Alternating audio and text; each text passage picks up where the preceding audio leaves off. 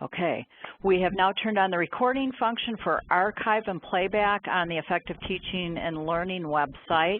You are able to go to the Effective Teaching and Learning website underneath Professional Development.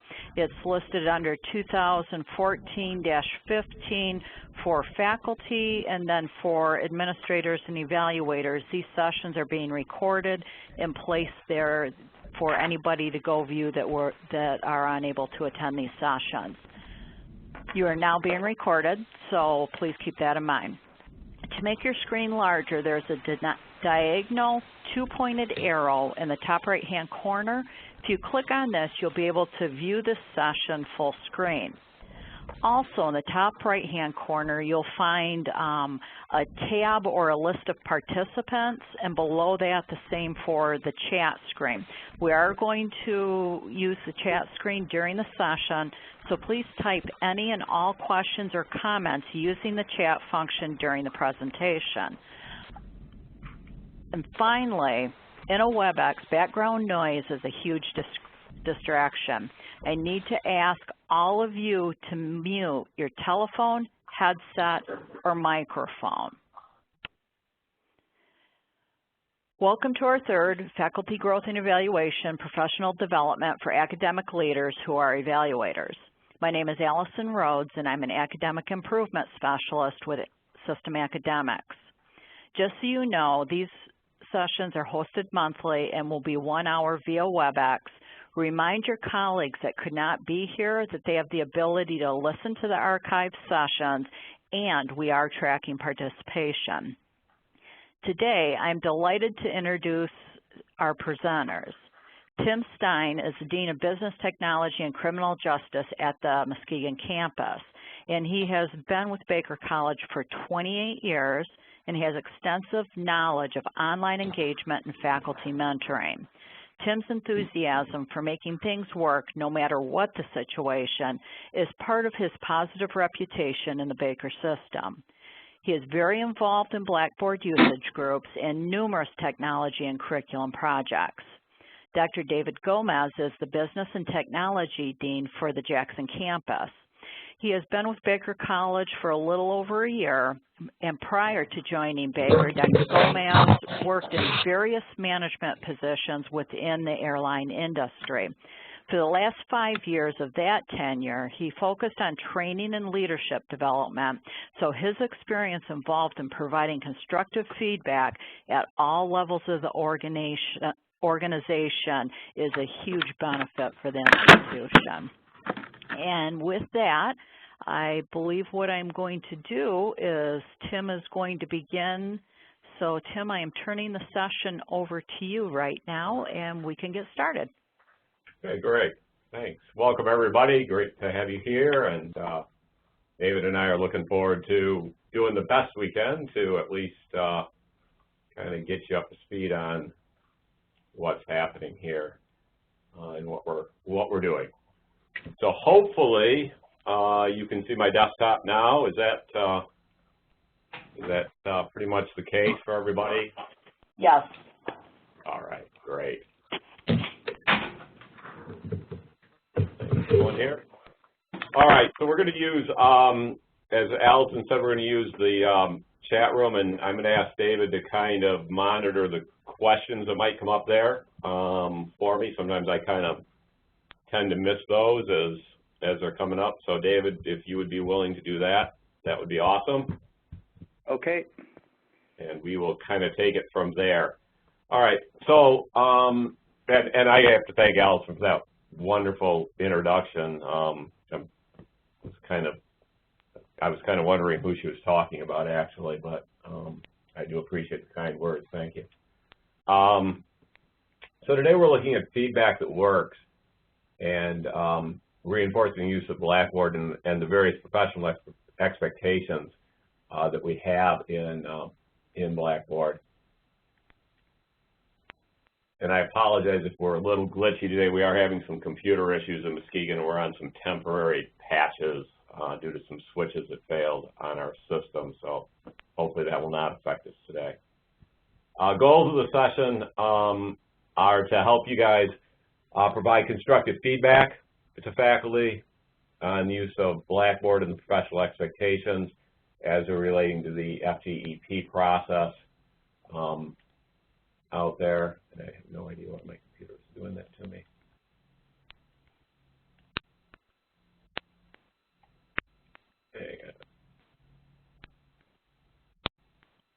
All right.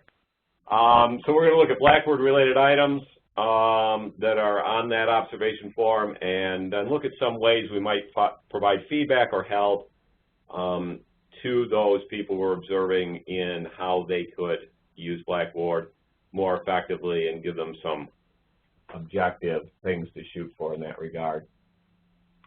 So just to remind you what the expectations are for Blackboard, they're to use the gradebook, use discussion board, and now also we're allowing blogs, journals, or wikis to be used to supplement the discussion board or to replace the discussion board, use of announcements, and then use of the content area out there.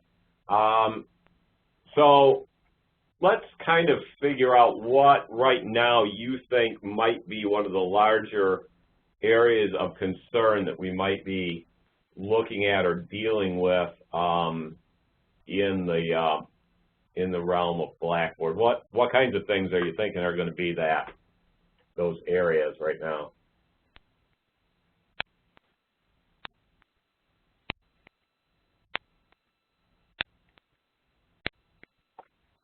Tim, I think, at least from my end of the world in the early childhood program, my instructors are still figuring out how can we use discussion board.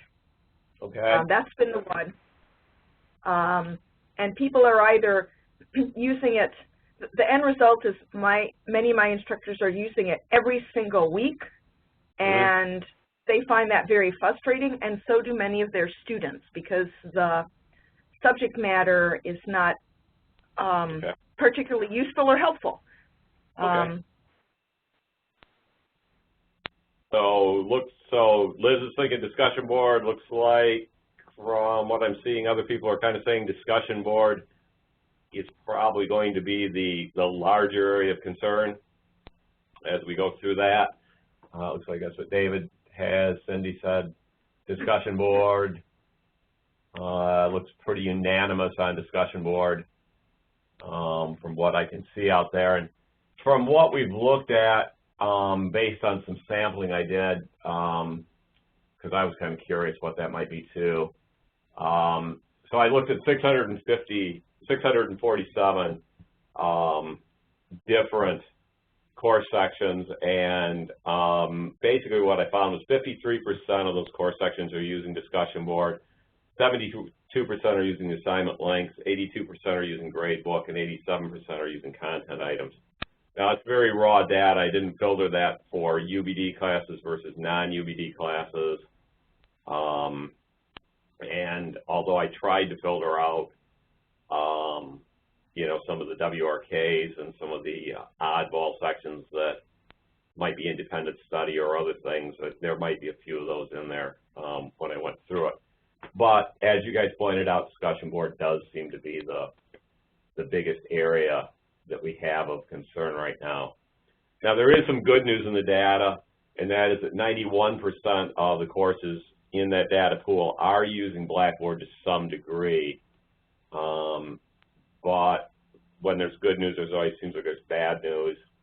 And the bad news is probably that we're only about 44.3% of the courses we looked at were fully compliant. So we've got a ways to go on that process. And certainly at the outset, we don't want to be punitive to anybody and you know, destroy them over the fact they're not using Blackboard so much as we want to help them become better users of Blackboard and to use that more efficiently. So that's kind of what we're going to go after here, and that's what we want to do with the process out there. And the question was, did I pull that from the MU Blackboard auto edit, or is that institutional? And yeah, that's pulled from the Muskegon data that I looked at. So I'm going to assume, based on other evidence that I've heard from other campuses that that's probably not going to be too far off from some of the other campus expectations. I think Jackson was a little ahead of everybody else, so David might have a little bit different data in that they started in spring, so they probably have gotten a few more people compliant down there than we have in Muskegon. And David, do you know if that is the case in Jackson?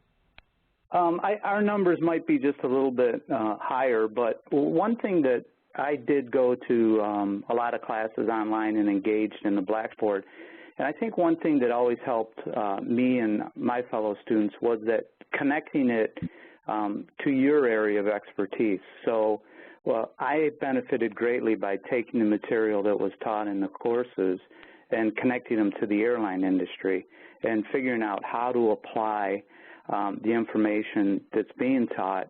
And it actually was very successful for me, and I found that it was very applicable. So that's one thing I would suggest when you're giving feedback to the faculty, is to try and reach out to the students and have them connect with their personal area of expertise. And I know a lot of that is program related, but some of us are in programs that we're not actually working into the field. So I think that could be beneficial to try. Yeah, that's a good point, David. All right, so, let's just quickly look at, and this is really, if you look at the faculty growth and evaluation plan, kind of what it's going to, not in these exact words, but these are kind of my words for it, but it's really what it's going for, these kind of 10 principles of effective teaching. And that's the active environment, focusing, connecting, organizing, feedback, quality issues, high expectations,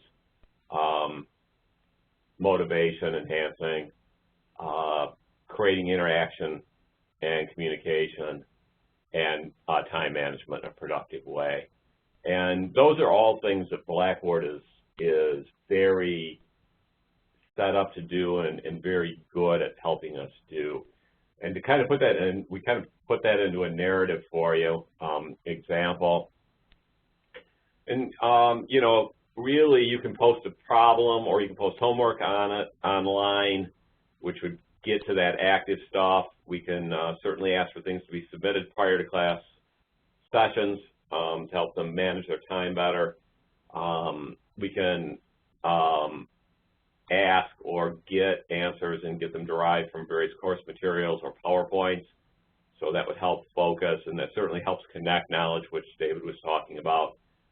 We can use the discussion board to engage students and to provide answers. And I think one of the strong points with the discussion board is helping to engage those quieter students or those more thoughtful and introspective students that need a little more time maybe to process information than they always have right in class during the discussion. I know I was always one of those students who would think of the great question or the great response about 20 minutes after the class ended, so it did me little good, so that helps with that. You can give feedback immediately to help people to make sure that they're on time and also increase your interaction with students. You can also use private messaging or those types of features to see if they need extra help, which helps balance your expectations and giving the support necessary. And then you can just ask students to explain how their answers were derived, which helps connect knowledge again. And again, if you can focus that into some area that you're interested in or they're interested in, that's very helpful. And then you can just simply ask why the information is relevant, and that helps them organize their knowledge, or ask them how it's relevant into their course study or reflected against other courses in that area. So those are some of the logical reasons that we might use Blackboard, and that's kind of a quick summary of all the things we can accomplish pretty quickly with Blackboard, and a good way to start, I think, a conversation and to show some ways that Blackboard can be an effective teaching tool to various faculty members that we might be dealing with. A little more in depth, creating an active learning environment, and obviously with that we want to provide any and all opportunities we can for students to be able to talk to each other, to listen, to read, to write, to reflect on any content that they might have. A lot of different ways we can do that through group work, which is very effective on Blackboard. We could use various class questions, We could ask them to reflect through Blackboard. We could ask them to review and summarize through a wiki or journal process. We could ask them to even work with building glossaries of knowledge or understanding through a wiki-type process in a class, so they could continually be building and contributing to a knowledge base in the class. So there's many things that we could do in that process, and I also gave you some things that I've done in the past in Blackboard for active learning to get them going and get them thinking about that. And some things you can do before class, certainly, and some things you can do during the course of the week, and some things you can even do as a follow-up activity. So there's 3 stages, really, we could use that particular process through with the active-based learning. Here's a couple more ideas as well that we can do with posting weekly learning achievements, using the discussion, wiki, blogs, those types of things. So all things you can do, and all things you can suggest really to your instructors if you're looking at it as to, well, what am I supposed to do? I can't come up with any questions to ask. And sometimes it is hard to come up with that really good discussion question. So, look for some other alternate ways that they can be using this process out there. We also want to look at the concept of focusing attention. I think, too, as we go through that, that's one of our big areas of learning. And oftentimes, students, especially if it's in one of those introductory courses, really have a difficult time telling what is central from what might be peripheral or foreground from background, and superordinate from subordinate type things. So we really want to be able to focus the student's attention on what really matters most. And again, Blackboard's a wonderful way to do that. And it can begin with something simple in the content area, like posting your syllabus, maybe keeping continually updating goals and objectives in the content area on a unit-by-unit basis, making sure that they see how all that connects in that process. With that, reminding them of deadlines, expectations, all that type of stuff. You might even, if you're adventurous, allow the students some input as to what they think goals and objectives for projects of the course might be. So you get some learning agreement on that. Again, get them actively involved in that participation process in there with that.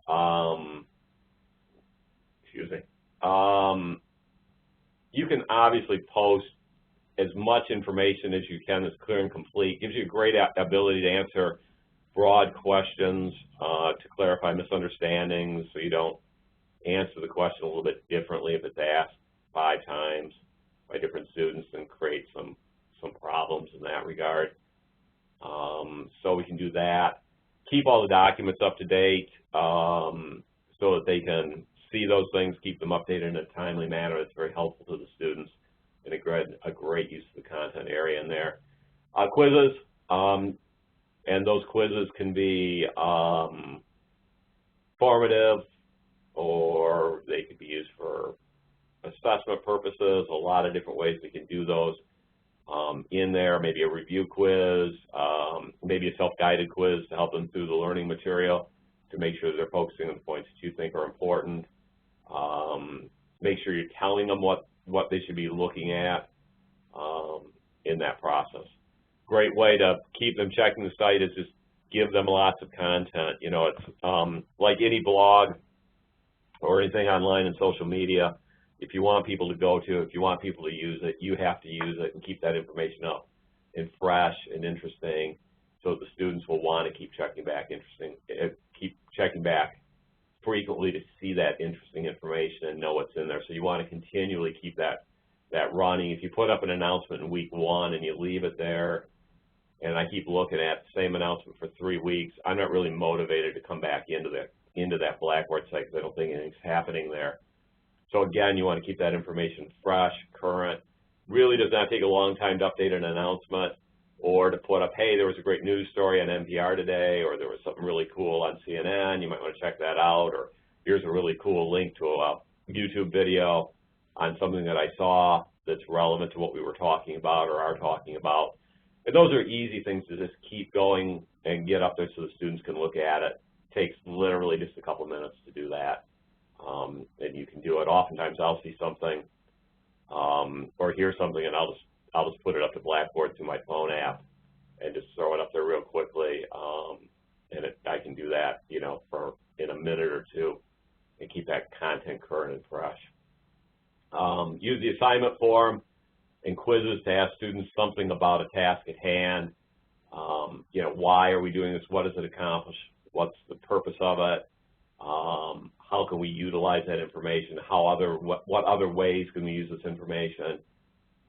Those types of things in there. So lots of things we can do with that to keep things going, keep things current, keep those students engaged in that process. And it doesn't have to be a big time killer for you to do that. You can do it real quick, real fast, real easy in there.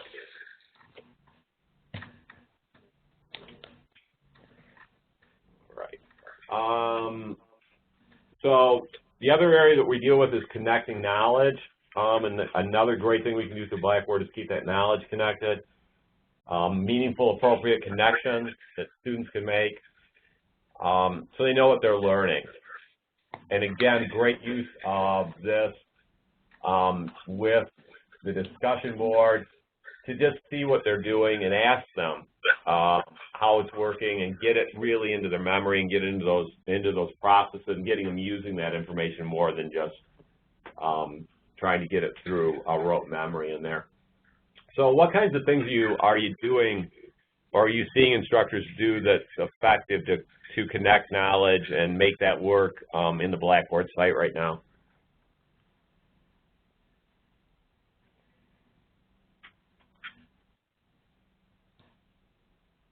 Sorry, you don't all have to respond at once.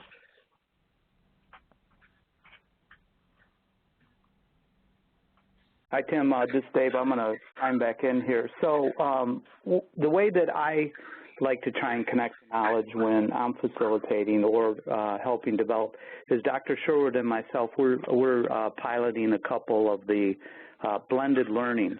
So what we're trying to do is actually make online come to life. So we use a lot of the assignment features that are currently in the online program, and we use that as a shell, but we use the actual class content so that we bring it to life. So, for example, in CIS 106B, what we do is we'll do the same information and give the student the same experience that they would have in the online class, except for when they come in, that's when we give them the opportunity to actually look at the motherboards, touch the motherboards, and then once they've come to class, we use it to review. So we're using the online and the Blackboard system to connect it. So at first they're going to plan and have all of the bell work that they need. They're going to come in and actually do the physical assignments working collaboratively with the groups. And then once they've done that, we use the follow-up time on Blackboard to actually review and prepare for the next week. So we think that that's starting to show some promise in Jack. Yeah, I think that's a great use of it, David, because it does keep them connected to the class and it keeps them working with the material and thinking about it on a really nice, consistent way. Let's see, Susan said you have students research recent legislation that is related to our classwork and will directly affect their job after they graduate. So that's a great way to do it.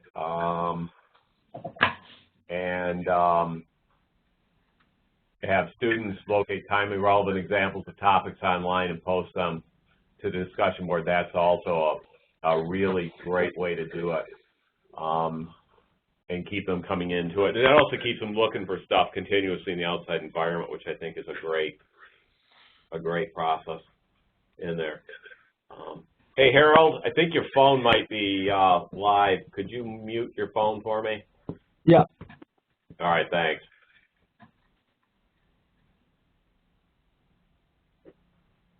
So some of the things that, I found and I do is, provide links to resources. That's one that certainly, or we can have the students do it, as Susan pointed out, and others have pointed out there. We can do that. I think also the more variety of materials you can put up, links to YouTube, Khan Academy, TED, all that kind of stuff really works well for many students too, and it also supplies that other learning modalities process for them. You can also do visual maps or have the students map it and provide some visual maps depending on their ability and their use of technology to do that. Have the students paraphrase a part of a lesson, or and you might actually give them an audience to talk to. Sometimes I'll give the students that ability to say, okay, now your audience, especially in the marketing or management area, I'll say your audience is the customer, your audience is some supplier, your audience is your executive board, something like that. So they have to give me that material back and explain it to different audiences, and that helps them with their communication skills too in there. Greg said in the context of composition provides the students with a forum which they can use as a sounding board, seeking input from other students on a topic and avenues for research, which is great because now we're involving and getting some peer work in there and getting them hopefully to broaden their horizons and utilize that as a way to work with your work. And I think that's a great way to do that with that process. And again, it's helping to create that learning environment, which we want to do. We can also create wikis or other documents from basic course knowledge base and get them to build on that stuff and contribute to that as we go through. So that gives us some possible ways to connect that knowledge in there with that. Also, we want to make sure not only are they connecting it, but we want to make sure they're working to organize it. So some things that we could help instructors with in that. Timeline construction, have students contribute new items or other information. We've talked about that in that, especially how it relates to their major or career. As we involve career services more in what we're trying to do and try to get them to think about that and the career focus and career readiness and those career skills. So it's a great way to say, okay, let's talk about this in relationship to your career and what's going on in there. So we can do that. You know, we can have the students work on a concept map, diagram things, get those out there. You know, something simple like in a composition class, you could simply have them start with the word democracy in the middle, that center screen, and then have them branch off and start saying, what are all the things that are connected to it, would work with it? How could we do that? Let's talk about developing a research paper and the various themes that we might work on in that regard simply by doing that, and just let various people build that concept map until we get something very strongly put together there. And that would allow them to do that or in any kind of research paper process. And again, that's helping them organize their knowledge and see how things might relate to each other. And of course, links to various experts or topic areas of the field is always a great way to go too.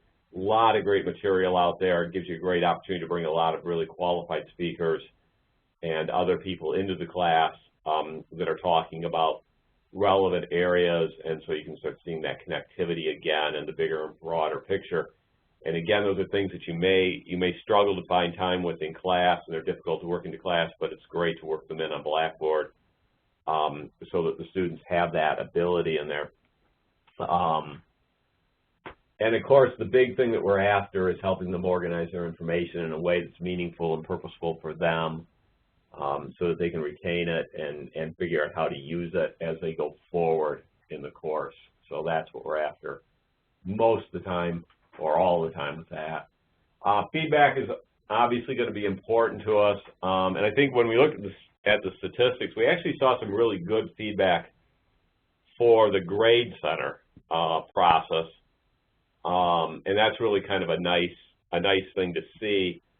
That people are using that, getting the grades out, but I think we can do some other things with that process out there to do that. So I guess I'd ask you right now, how what other ways are you using feedback, or do you see that we could use Blackboard, or we could encourage our instructors to use Blackboard to encourage feedback and increase the feedback to students in a more timely way?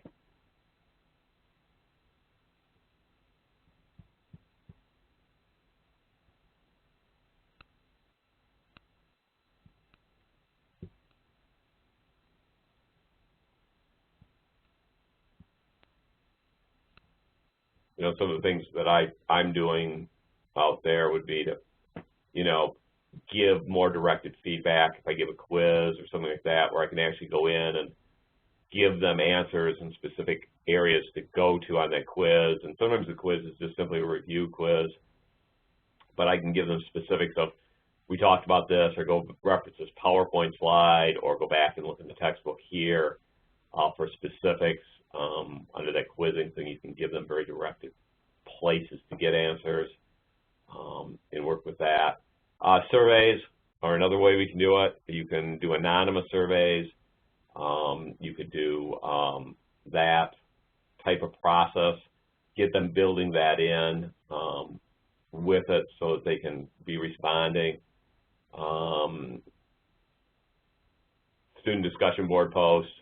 Yeah, and I think that is really key. And David pointed that out. A lot of times we don't have people, the students put it up there, but we aren't responding, and we need to do that in a timely way. Tap into the students for resources for each other, create structures for students to provide feedback. That's great. Coaching, yep, that's another great one in there. Get the students to dig a little bit deeper with some probing questions. That's great. Yep, and again, the more we can move you into a facilitator role, the better off we are. Get the students taking charge of their learning, get them talking to each other, feeding back, and going a little bit deeper into those things is always a great way to do it in that process. You could even encourage the students to be the discussion guide. I've done that in the past in classes where I'll just turn it over to a student and say, okay, you're kind of in charge of this discussion.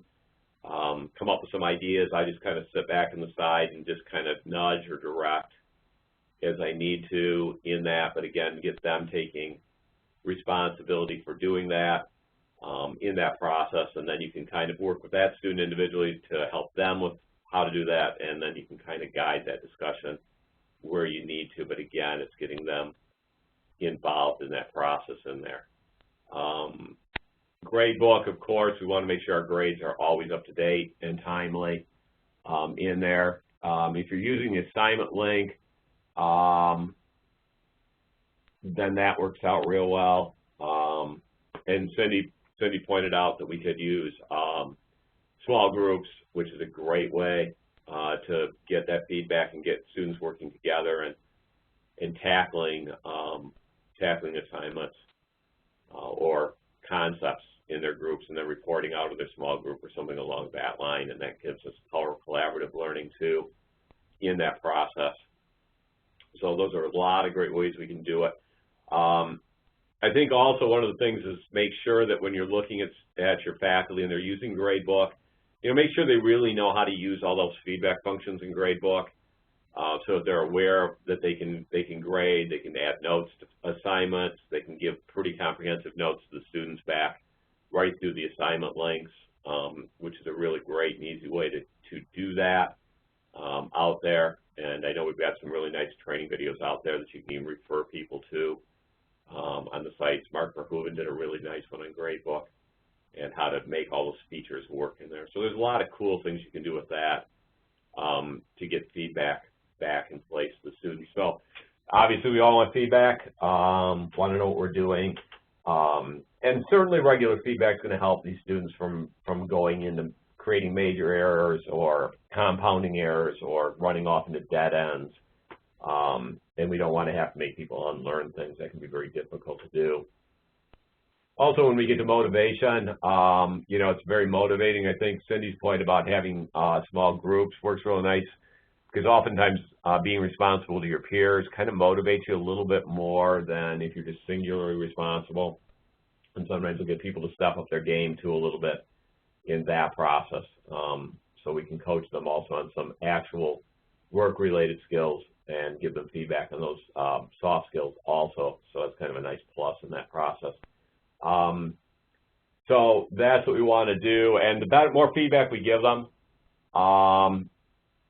and you are absolutely right. I think focus toward performance and not just grades is a very key issue in there. You know, we want to get the students to get that broader picture and get them off in that just grade type process. And you know, the concept I think is, you know, how do we create well-educated students, not just grade-motivated students in that process. And if we can get them focused on performance, then, you know, we can really get them starting to internalize that feedback, and that also gets them, you know, starting to critically think and get them giving themselves corrective feedback probably. It's also possible to give too much feedback. It's important that instructors don't comment on everything but focus on higher order concerns. And I would agree with that too. You know, sometimes you just don't need to get involved. I mean, especially if it's on discussion board, because as the instructor, if it's on a discussion board, if you jump in too early or you're jumping in too often, you're just like shutting down the conversation. Once your voice comes in, it's pretty much over. So sometimes you need to step back and say, well, let's let them play with us for a while, and let's see what's going on. If they're going way off base, you can jog them back. But sometimes it's, you know, sometimes it's okay to let them get a little bit lost and find their own way. I'm not going to let them get too lost, but a little lost is okay. Let them find their own way and come back in. It's amazing how many times when I read through discussions, I'll go, well, that's not quite right. But then as I go down through the discussion thread, I'll go, oh, a couple other students have kind of jogging that back, or they're correcting it, or they're asking some questions, and the student's coming back into the right path, and I don't really need to step all over this at this point. I'll just kind of let that happen. And it's working. And again, building a learning community and using all their resources is a great way to do that. And sometimes instead of just saying wrong, just ask another probing question to kind of get them thinking in a different direction is also a great way to do that. So we don't always have to jump in and go, no, that's not right. It should be B, not C in that process.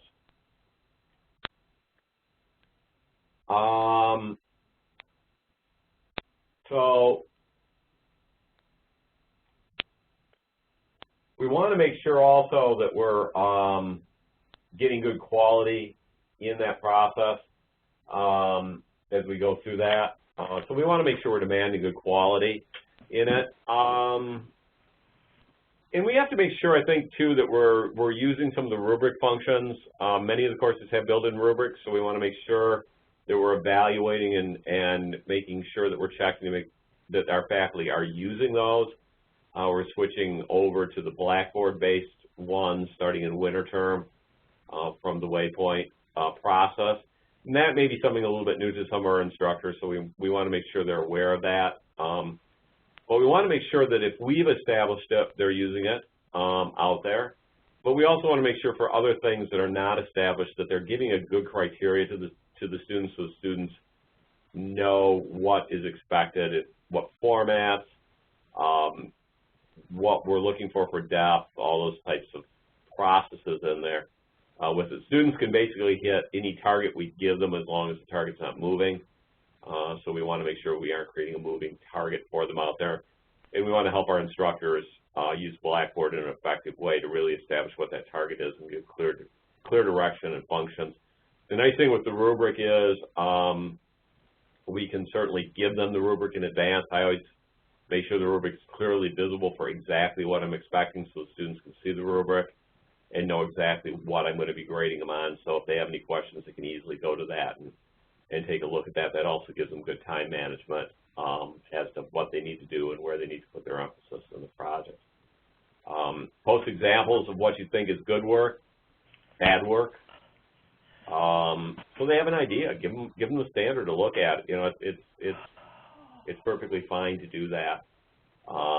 And you can use some uneditable formats if you're concerned they're going to go in and try to copy or do something like that. Allow students to grade or critique an example. Sometimes I'll do that. I'll just give them, here, you grade it. You tell me if it works, if it doesn't work. Here's the rubric. Here's the example. You go through, you grade it, and you tell me what's working or not working and why, and what you think needs to be corrected or fixed in this particular paper or project. That gives them a good idea, too, and changes their eye for what they're trying to do. We can also highlight exceptional components of current student work, share it with the class. Great to get that out through discussion board or other things and say, hey, this is a really great example, or this is a really great comment, or this is very great insight. You know, take a look at this. I want to call your attention to it. To highlight that. Students enjoy it. Obviously, everybody likes having their work recognized a little more publicly, and, you know, it's amazing the students will all try to get there. And I try to be as democratic as I can with that, so I'm not continually just, you know, going to the same people all the time, but I try to share it around, especially promote that student who is really trying in class to up their game and up their quality level, and recognize that for them, to encourage them on and motivate them. And again, that's a great way to use Blackboard in that process. You know, make sure that as we use Blackboard, I think one of the things we do have to be conscious of, and I would encourage everybody to have a discussion with their instructors, is, you know, the concept of citing things correctly in Blackboard, making sure that the work is original, or if they're getting it from someplace else, you know, where they got it from, and making sure that they know that they should be, all those rules still apply academically for content, copyright, and all that good stuff in there. You know, and go ahead and get our institutional policy for plagiarism linked right up there, or review it with them. But, you know, make sure they do that in there. I think a lot of times students think because they're on the internet, like all those rules don't apply anymore, but they certainly do. So we want to keep that happening for them in there. In that, a couple other things on quality that you can do in there with that. So we want to balance high expectations with student support. And I apologize, it's kind of small in the font there. But really, the feedback is the big issue in here, and that's, you know, one of the features that we know students have asked for in the surveys repeatedly. Use of feedback, get information back to me. Let me know how I'm doing in the course. Where am I at? What's going on? So we can do that to really promote that in that process. And we always want to make sure we're communicating with the students. So if they're asking for help through Blackboard, or they need help, you know, give them a way to get a hold of you. Email, chat.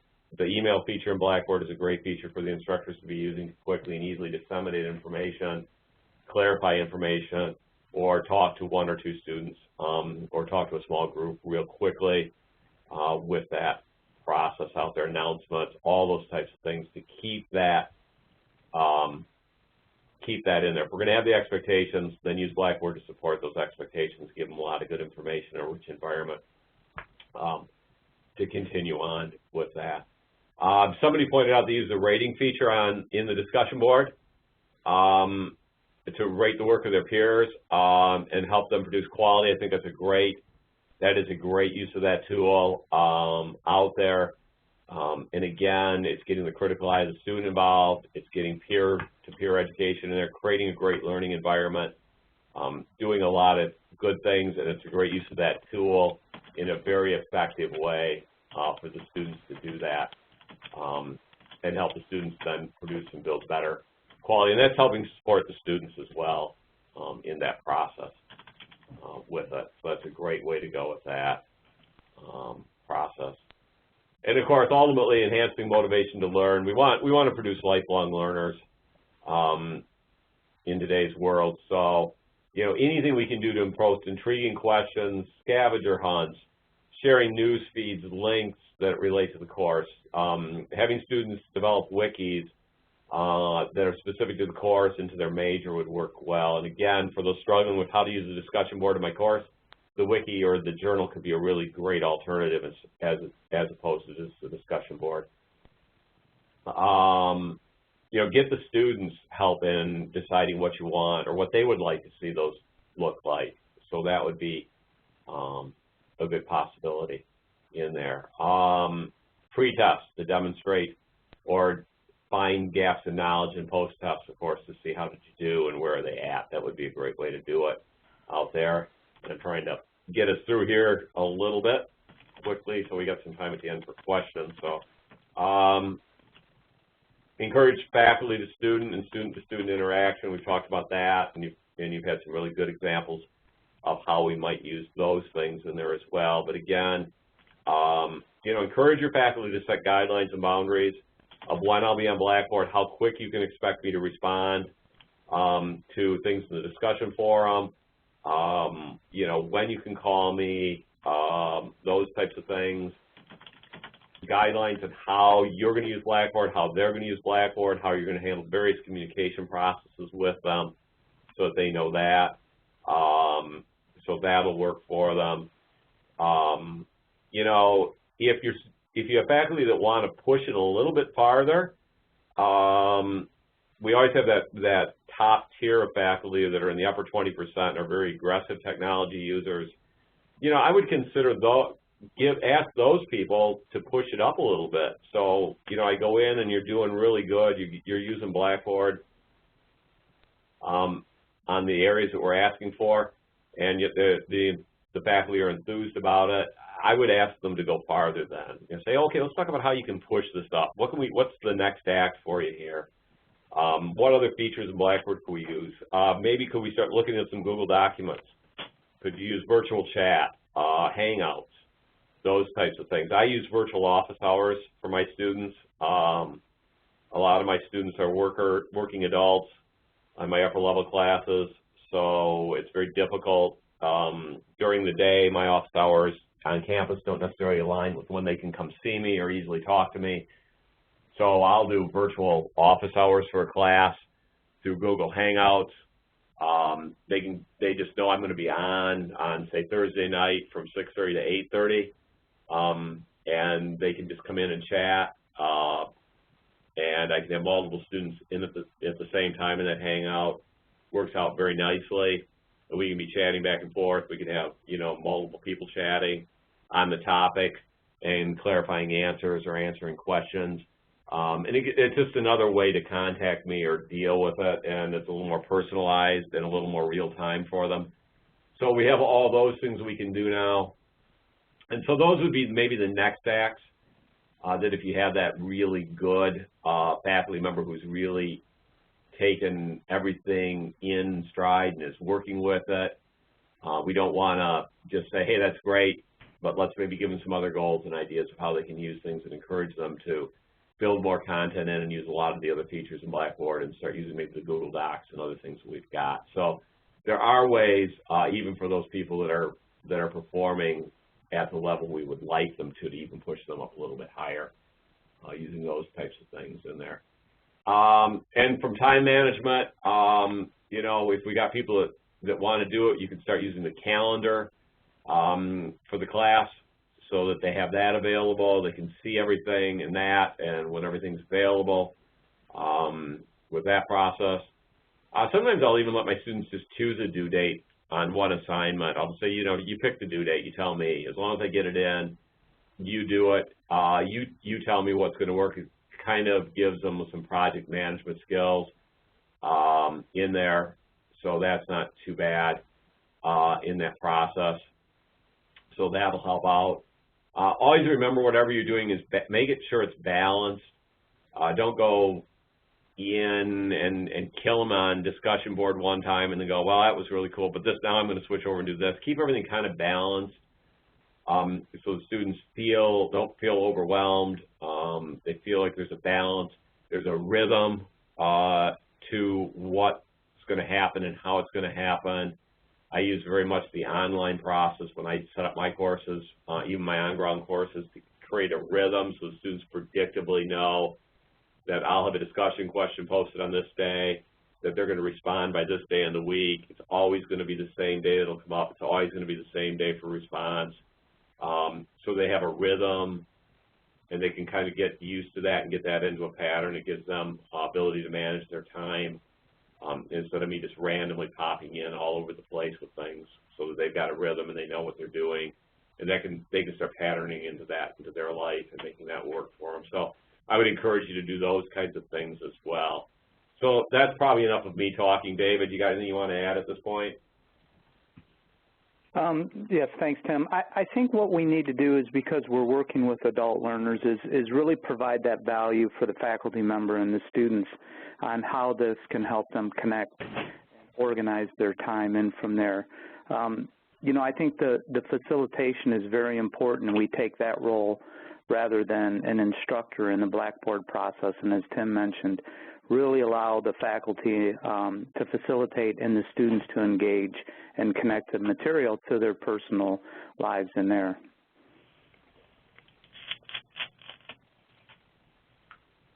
So how's everybody feeling with just that process? I mean, is everybody feeling comfortable with going in and taking a look at Blackboard and what's going on in there and giving advice or giving suggestions and feedback and ways that instructors could use Blackboard? Is that like a comfortable area for everybody right now?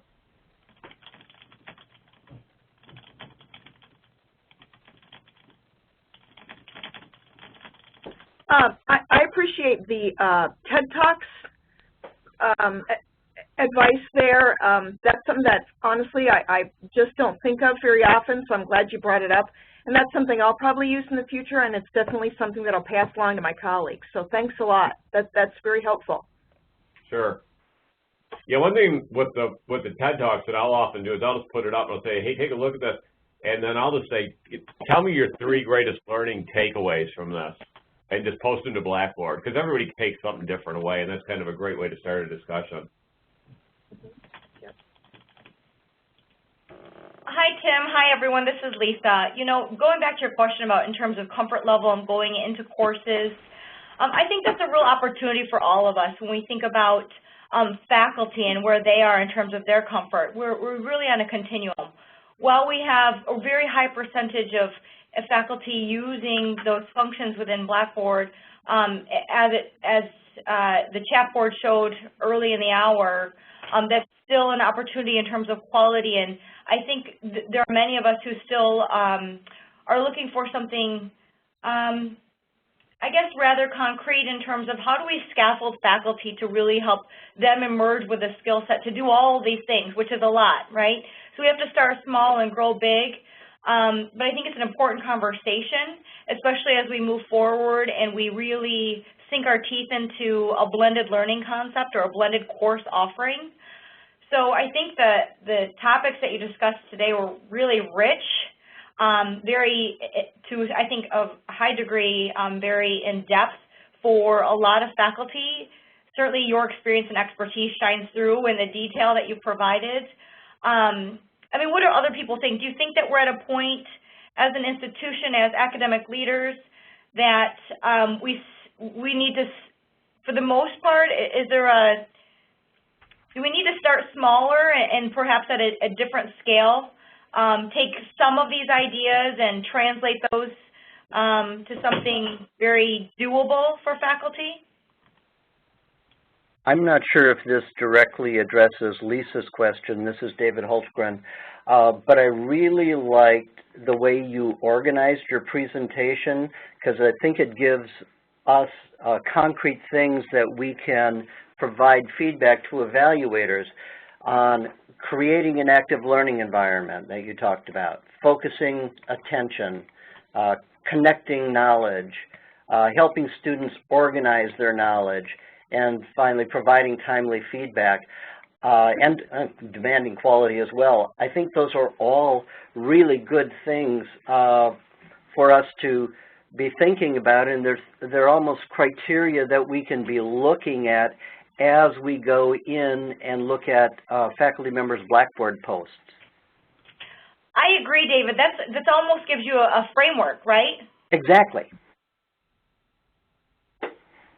Yeah, I think, you know, in my mindset, I think there's, what we're going to run into is, I think as you evaluate faculty, is you're going to have this very broad continuum. It's going to be from, I'm like really not sure what I'm doing here in Blackboard at all, to the person who is totally immersed in Blackboard and is really embracing it and finding all kinds of really kind of cool, unique ways to use it and work with it. So my idea kind of was, well, if I gave you some broad topic areas, then, and enough bullet points under those, perhaps you could say, well, you know, for that really super user, here's a whole lot of things we could be working on. And for that person who's a very novice user, how about you just try doing 1 or 2 of these items?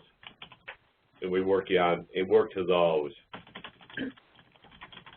So that was kind of my concept there. So you know, hopefully that kind of will give you some framework to base it on. Tim, I'm just going to chime in with just give you 1 or 2 things to work on. I think it's important, at least for me, to remember that most of us affiliated with Baker and who are instructors at Baker, we're not working here all day, every day. We're part-timers. So simply by the very nature of us not being here all day, every day, because we are part-time, and because perhaps we take into this, our teaching profession, a part-time mentality, and I don't mean that in a bad way, but when you're working full-time outside of the college and then you come here, there is this element of part-timeness. Perhaps the progress as an institution that we'd like from all our instructors, we're going to need to be realistic and not expect everybody to meet everything right away, because we simply can't. They simply can't. They're just not here long enough to meet it quicker. Yeah, I would agree, Liz. I mean, we want everybody using at least the 4 basic areas, but I think there's going to be a learning process for many people to get there, and the continuum is there. Now, I think a lot of the part-time faculty, though, is if they start using it, they're actually going to find that Blackboard could be an actually great time saver for them. So I think once you get into it, once they start seeing how to use it, I think they're actually going to find it to be a more efficient time-saving process in keeping in contact with their students and making things more efficient for them. But it does take time to get there. It's not something you just go, oh, that's cool, right away. And right now we really are in trying to get people just to do it and work on it. Obviously quality we're going to have to start building quality, but that's going to take some time. And we know that. We're going to have to work with people to get that quality expectation, I think, in play and get people comfortable with it. So, and you are correct. That person who teaches 1 class and is working outside and busy doing other things is going to need a little bit of help developing it. I think that's where the faculty growth and evaluation process can be really helpful in working with them and customizing and individualizing with them to bring them along. Just nailed that, I think. That's what the faculty growth and evaluation plan is for. That's exactly what it's for.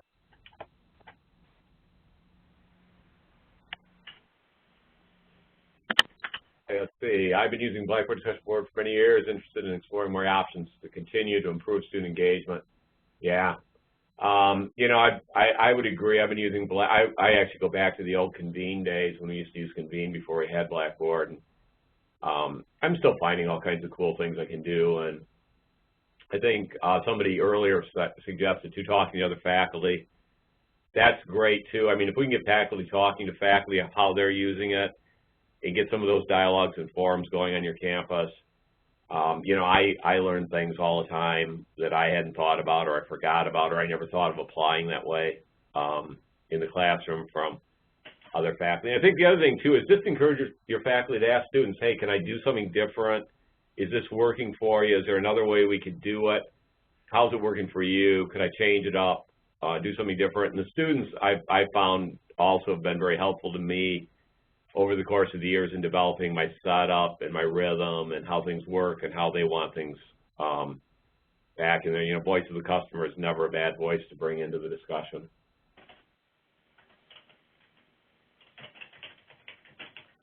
Okay, so it looks like we're getting, yeah, and absolutely ET&L and Blackboard, a lot of great resources, a lot of great videos out there, and I would really encourage you to check those out.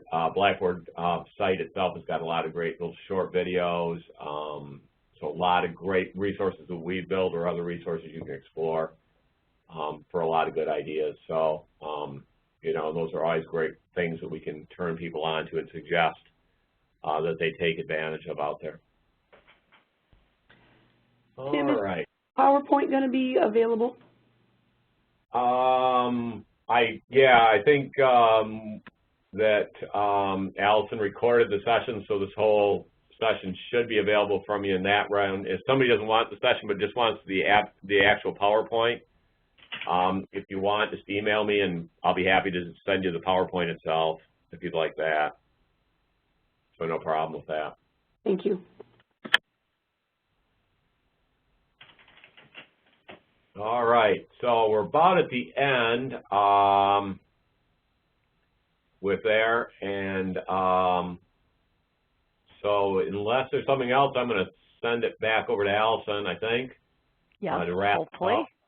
So let me hopefully that works, and at least our computer system did not fail me. That's kind of neat. Yay, that's awesome. So, Tim and David, thank you very much for being participants and facilitating the session. We really appreciate the time and energy you two put into the session. Anybody that would like to view the session again, please know that it will be up on the ET&L website probably within 24 hours.